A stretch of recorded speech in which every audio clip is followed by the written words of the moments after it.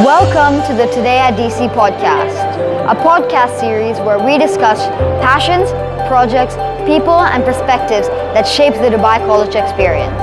And we are live from the Dubai AI Week Festival. Our first guest is Ansh Mehra.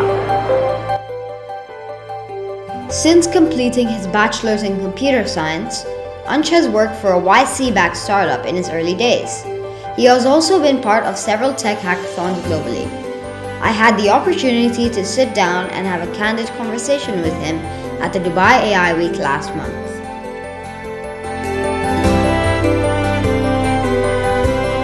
I am here with Ansh Mehra from India, the founder and CEO of the Cutting Edge School and a finalist of the Global Prompt Engineering Championship here at Dubai AI Week. So how have you been, and how's the conference been so far here at Dubai AI Week? It has been a superb experience. I met so many people who were great prompt engineers. I got to learn a lot from them. Extremely happy to meet people like you who are doing such interesting things. So yeah, overall the experience has been great. So I did some quick AI research on your journey to prepare for this podcast. But for those of you who don't know you, could you kindly introduce yourself and some of your current projects? So folks, my name is Ansh Mehra. I'm the founder at the Cutting Edge School. We have courses for students who want to learn online, and now we're slowly expanding into corporate trainings. So if you have a company of say more than 500 people and you want to learn how AI works, we come into your company and we upskill your employees over a span of 1 or 2 months to help them become more capable professionals. Great, that's amazing actually. So what inspired you to transfer from computer science engineering to UX design and then eventually to founding the Cutting Edge School? So I feel like I entered engineering out of peer pressure because everyone said it's the safest job to be in. I get bored very quickly, so I always end up changing my subjects every 1 or 2 years. So I went from filmmaking to engineering to coding to graphic design to sound to video editing to UX and now teaching. And I feel like all of these experiences and these career shifts have helped me become a better pattern finder, because now I can find commonalities between different things. So I never planned any of this. I was just following my curiosity, and whenever I was getting bored, I was just figuring out what is the next thing that excites me. And I think that's a good way to, create a good path. I have a personal question actually. As a year 9 student, I'm curious about how does one discover their passion and career path? Because you've obviously done a lot throughout your early years, and I wondered, was there any specific moment or anything that when you realized that this was your calling? Yeah. So I think number one issue that most people have is that they think that a person would only have one passion. But I am passionate about teaching, video editing, sound, filmmaking, talking in general, storytelling. So I am passionate about 6-7 things. So number one is you should not necessarily box yourself into being passionate about one subject. That is point number one. 2, in the early ages of your life, when you're just out of school, I would recommend you to not be too bullish about pursuing your passion. I think pursuing passion is very overrated. You should instead ask yourself, what is something that I am naturally good at, and what is something that the world will pay me for? And you have to find an intersection between that. Usually people will pay you if you either help them save time or make money or help them forget about their problems. Only entertainers help people forget about their problems. So most technical people are either helping companies save time or make more money. If you can find an intersection between what you are naturally good at and in what a business wants, then first 4 or 5 years you should work for someone. You should learn how a company is built. You should work with good leaders. And after 4 or 5 years, once you are mature enough, once you have seen how a company works, then maybe after enough savings, you can sort of pursue your passion.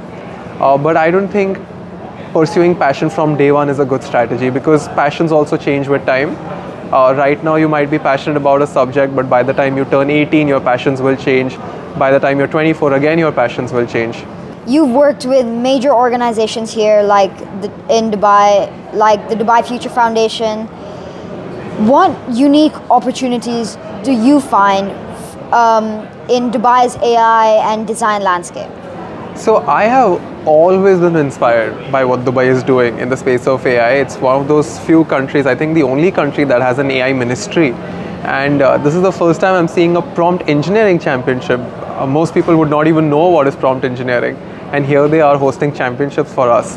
So I think there's so much of abundance of opportunity in UAE in terms of AI. So I think if you're in this space, you should 100% be in touch with their newsletters, because you get information about these things through their newsletters, which are free to join. This is a little bit more personal to you. Could you share a major challenging moment, any major challenging moment in your career journey? How did you overcome it, and what impact did it have on you? How did it change you as a person?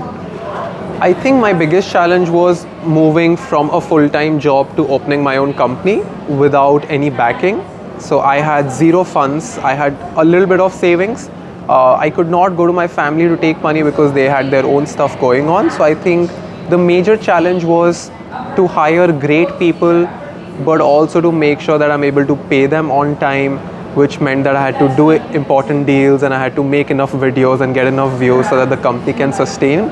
So I think keeping that balance of maintaining enough liquidity in the early stages of your company and hiring great talent and also paying them on time, that has been very challenging for me, because I came from like no backing at all.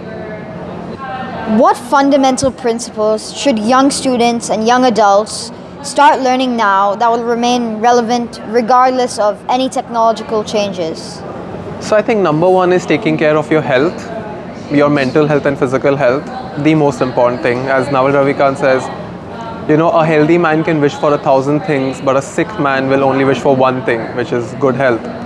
So never compromise on your health. Number two, the ability to think clearly, write clearly and speak clearly, which is your ability to take complicated things and put them in a linear manner in your thoughts first, then in writing, then in speech, because communication is the most important way that you will communicate, either with an AI tool or with other people. Third is your ability to learn things quickly. If you're a fast learner, if you are someone who can learn something within 2 to 3 hours, that will give you a major competitive edge as compared to other people who are just too distracted. What skills do you think would be most valuable for my generation and for coming generations when we enter the workforce in 8 to 10 years? Very difficult to say, but if I were you, I would focus a lot on sports, my nutrition, my sleep, my travel as much as you can when you're young. So it opens up your perspective, it exposes you to how the world is thinking. Try to hang out with people who are elder to you. I would recommend not to hang out with people your age too much, because they would be as confused as you are. So if you can make friends with people who are like 1 year elder to you or 2 years elder to you, that is always helpful. Sure. Now, this question will dig a little deep into your past self. If you could give your 13-year-old self any single piece of advice about pursuing a creative career path, what would it be?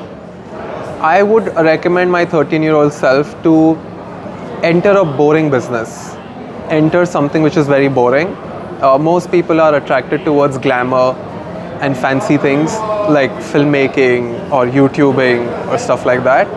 But the real wealth and real power is in unseen things, invisible things, boring things.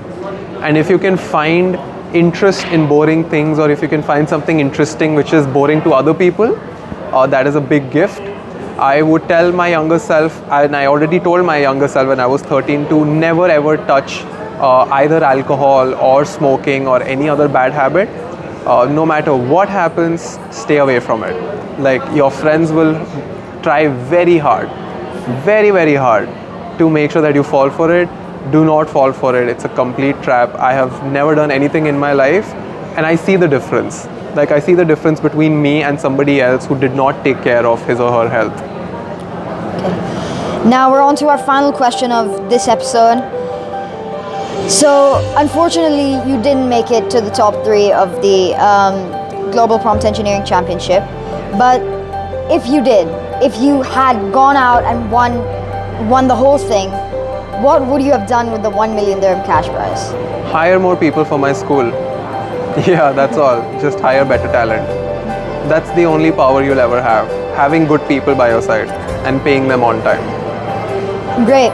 Thank you so much for attending this episode. It was really great. Thank you so much. It was great to be on your show. Thank you.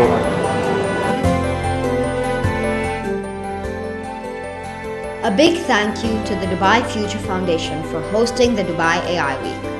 Congratulations to the winners of the prompt engineering competition. And thank you to Ansh Mehra and the Cutting Edge School for the brilliant educational videos you put out each week. Bye bye, and hope to see you on the next episode of Today at DC.